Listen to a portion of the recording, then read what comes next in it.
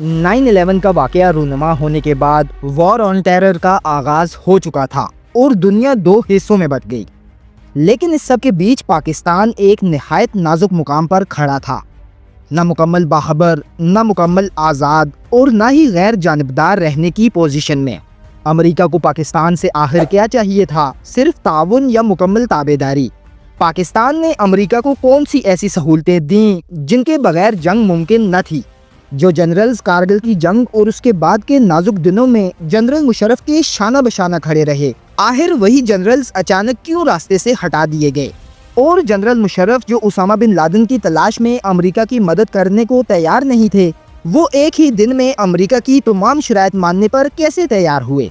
آج کی قسط میں ہم دیکھیں گے کہ پاکستان نے کن دباؤ اور فیصلوں کا سامنا کیا اور جو راستہ منتخب کیا گیا اس کے نتائج کس حد تک آگے اثر انداز ہوئے۔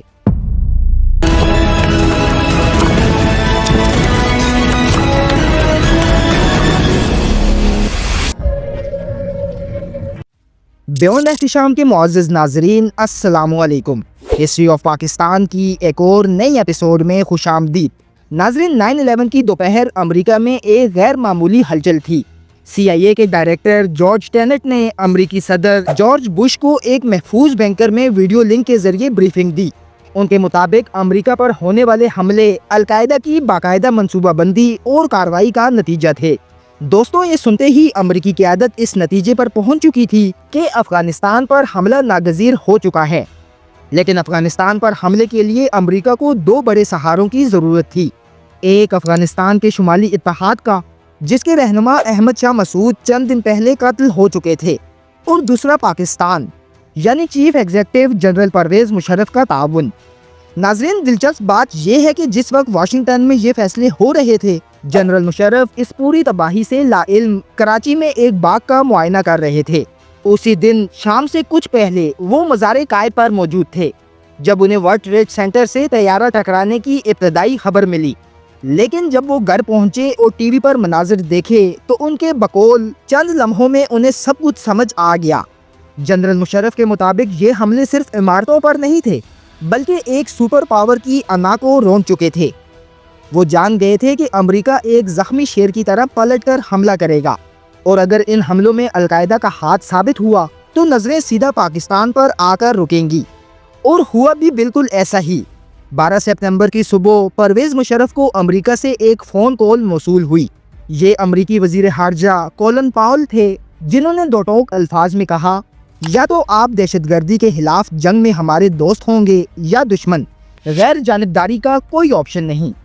جنرل مشرف نے جواب دیا کہ پاکستان دہشت گردی کے خلاف امریکہ سے تعاون کرے گا، لیکن یہ فون کال محض ایک سفارتی گفتگو نہیں تھی، بلکہ ایک واضح دباؤ تھا۔ اس دباؤ کا پس منظر بھی تھا۔ امریکہ ایک عرصے سے پاکستان سے اسامہ بن لادن کو پکڑنے کے لیے تعاون مانگ رہا تھا، لیکن جنرل مشرف اس معاملے پر گرم جوشی نہیں دکھا رہے تھے۔ اس کے ساتھ ساتھ 9/11 کے وقت DGISI جنرل محمود احمد امریکہ میں موجود تھے۔ جنرل مشرف کے مطابق امریکی نائب وزیر خارجہ رچرڈ آرمنٹیج نے ان سے کہا کہ اگر پاکستان نے طالبان سے تعلقات نہ ختم کیے تو ہم آپ کو بمباری کر کے پتھر کے دور میں واپس دھکیل دیں گے۔ یہ ایک انتہائی سخت دھمکی تھی، البتہ اس کی تصدیق جنرل مشرف کی کتاب کے علاوہ کسی آزاد ذریعے سے نہیں ہوتی، بلکہ بعد میں امریکی صدر نے خود ایسی کسی دھمکی سے انکار بھی کیا۔ I don't know of any conversation that was reported in the newspaper like that. I just don't know about it. لیکن ایک بات بہرحال حقیقت تھی کہ جنرل مشرف پر امریکی دباؤ بے پناہ تھا۔ دوسری جانب اسامہ بن لادن 9/11 میں ملوث ہونے سے مسلسل انکار کر رہے تھے۔ انہوں نے میڈیا کو پیغامات بھیجے کہ نہ وہ اس حملے میں شامل ہیں اور نہ ہی ان کے پاس اتنی بڑی کارروائی کے وسائل موجود ہیں۔ طالبان حکومت بھی یہی موقف دہرا رہی تھی۔ اس کے باوجود امریکہ نے اعلان کر دیا کہ اسامہ بن لادن کو زندہ یا مردہ پکڑا جائے گا۔ دوستوں، پاکستان نے صورتحال سنبھالنے کے لیے ایک سیاسی اور عسکری وفد افغانستان بھیجا تاکہ طالبان کو امریکہ کی ناراضی کی سنگینی سمجھائی جا سکے، لیکن طالبان نے اسامہ بن لادن کو کسی کے حوالے کرنے سے صاف انکار کر دیا۔ آخرکار امریکہ نے طالبان کو 3 دن کا الٹیمیٹم دے دیا کہ یا اسامہ ہمارے حوالے کرو یا نتائج کے لیے تیار رہو۔ اسی دوران طالبان نے افغانستان بھر سے علماء کو بلا کر مشاورت کی۔ انہوں نے امریکی حملوں میں افغان عوام کے ممکنہ نقصان پر افسوس کا اظہار کیا اور یہ رائے دی کہ اسامہ بن لادن کو افغانستان چھوڑ دینے پر آمادہ کیا جائے، لیکن امریکہ نے یہ فیصلہ بھی مسترد کر دیا اور حملے کی تیاریاں تیز کر دیں۔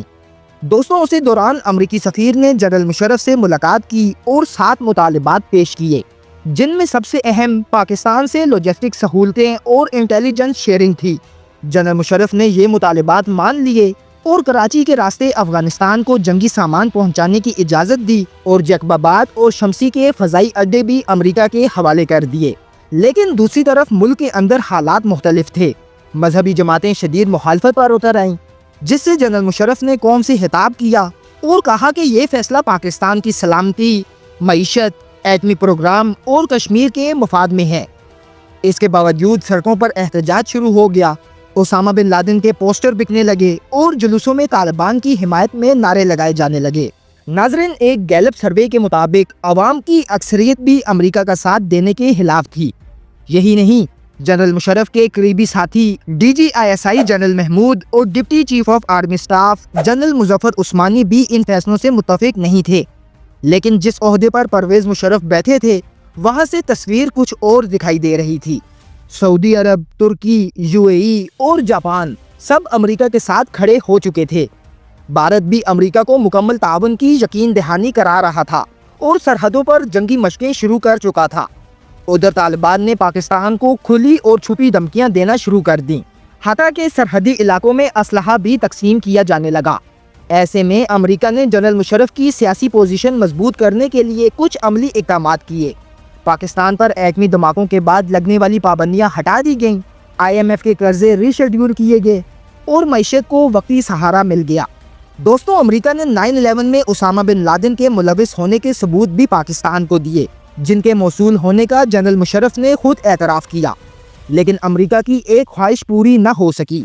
امریکہ کی کوشش تھی کہ پاکستانی فوج طالبان کے خلاف ایکشن میں بھی حصہ لے، لیکن پاکستانی فوج نے طالبان کے خلاف براہ راست کارروائی سے انکار کر دیا۔ آخرکار جنرل مشرف نے اپنی پوزیشن مضبوط کرنے کے لیے اہم فوجی تبدیلیاں کیں۔ جنرل محمود کو ہٹا کر نئے DGISI تعینات کیے گئے اور جنرل مظفر عثمانی کو بھی قبل از وقت ریٹائر ہونا پڑا۔ اسی دن اخبارات میں 2 خبریں شائع ہوئیں، ایک فوجی قیادت میں تبدیلی اور دوسری افغانستان پر امریکی بمباری کا آغاز۔ لیکن اس حملے میں نہ اسامہ بن لادن ہاتھ آیا اور نہ ملا عمر۔ وہ دونوں کہاں چلے گئے اور آنے والے برسوں میں پاکستان نے امریکی تعاون کے فیصلے کی کیا قیمت چکائی، یہ سب ہم آپ کو دکھائیں گے، لیکن ہسٹری آف پاکستان کی اگلی ایپیسوڈ میں۔ دوستوں، آپ کے خیال میں جنرل مشرف کا امریکہ کا ساتھ دینے کا فیصلہ درست تھا یا غلط، اور کیوں؟ کمنٹ باکس میں اپنی رائے سے ضرور آگاہ کریں۔ ویڈیو پسند آنے کی صورت میں ویڈیو کو لائک اور چینل کو سبسکرائب لازمی کریں اور بیل آئیکن بھی دبا دیجیے گا تاکہ اس طرح کی ہر نئی ویڈیو آپ تک بآسانی پہنچ سکے۔ ملتے ہیں انشاءاللہ اگلی ویڈیو میں۔ اللہ حافظ، فی امان اللہ۔